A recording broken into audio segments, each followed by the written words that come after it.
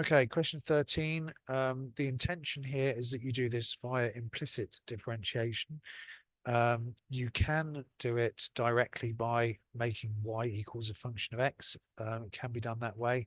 It's a bit ugly. But anyway, let's do it by implicit. So we've got y squared minus x squared equals 8. And we want to do d by dx of the left-hand side. Let's write it like this just to make it obvious what we're doing.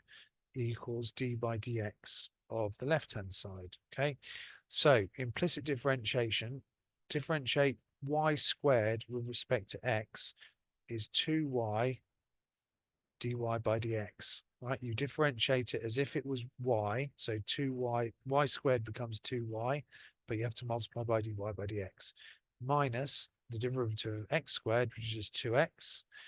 And don't forget, on the right-hand side, the derivative of 8 is 0 because it's a constant.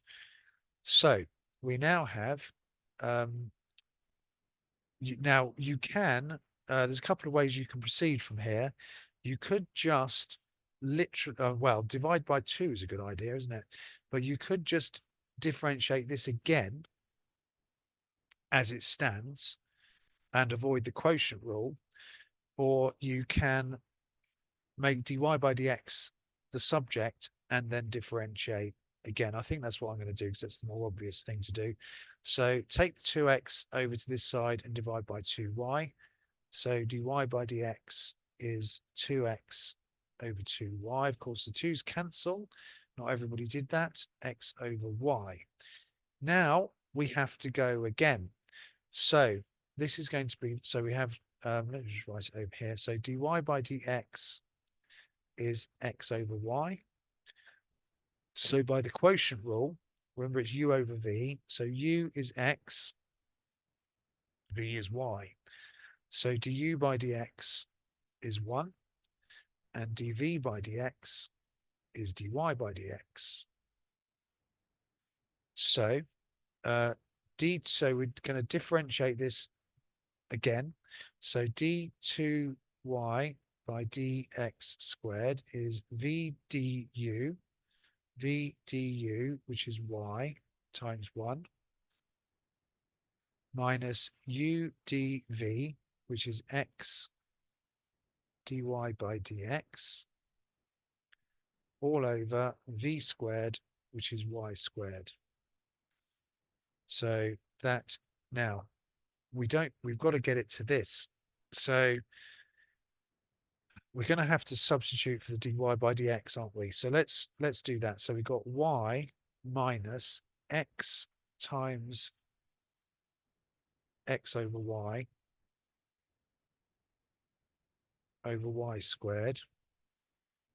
We don't want this fraction here. So let's times top and bottom by y. So let's do times y times y. So that's going to give us y squared minus, we've got x squared over y. So it's going to be x squared over y squared. Sorry, y cubed now, because we had y squared. Now, y squared minus x squared is 8.